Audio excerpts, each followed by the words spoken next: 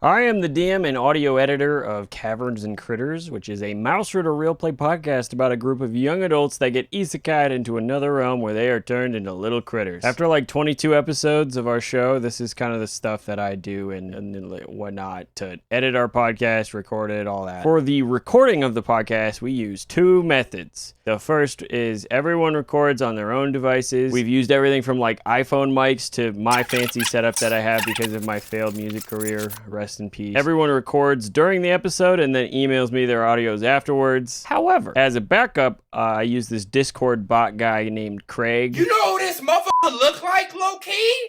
Look! You invite Craig to whatever server you're going to be recording in and then type the prompts @Craig/join. If you do so, he will record everyone's tracks separately and also talk a little dirty in your ear. Listen to this. Now recording. Ooh, I'm about to start recording, Craig. Craig works well as like a backup, but his audio quality really kind of sucks because it's really dependent on internet quality. And all of our internet quality is bad, so we can't really use it as the main audio. I'm in so much fucking pain. However, if somebody's mic decides that it's your time that day, at least you don't lose an entire session.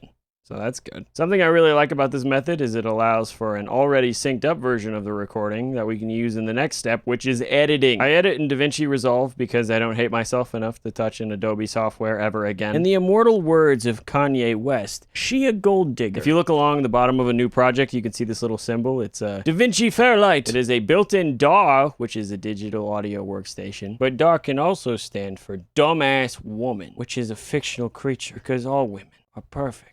I'm 3'11", by the way. I started out by adding 2 tracks for every cast member. One labeled as their Craig audio and the other as their normal audio. Then, using the waveforms, I sync up all the tracks. If I'm confident about how the recordings are sounding so far, then I'll just delete the Craig tracks at this point. But if I'm noticing some glitches or something like that, I might hang on to them and just mute them in the event of a terrible tragedy. They've hit the 3rd tower. They don't know I know about this secret hack. Can roll a d20 now. I am in a podcast. You fucking suck. Next, I'm doing some boy math. Divide the length of the episodes by how many days I have to edit it. Normally I have about 8 days to edit, and I'm regularly spending at least like 2 hours a day editing. My daily editing process looks like this. Solo each track and cut out all the dead space. Next, we're gonna reorganize all of these little chunks of audio till they sound funny and good. The name of the game is make everybody look cool and awesome and good. In this part of the process, I'm oftentimes cutting the episode literally in half, and it makes the flow so much better, and it just makes the show like listenable. Then I'm also adding dice sound effects during my daily editing, which is really important because I don't want to have to go back and find all the spots to put dice in. The final step is going to be sound effects and music. I have no real rhyme or reason behind adding sound effects, or just in general, really. That's why my music career failed. These hoes don't know about Brian Gregoraki. I just put stuff where it sounds cool.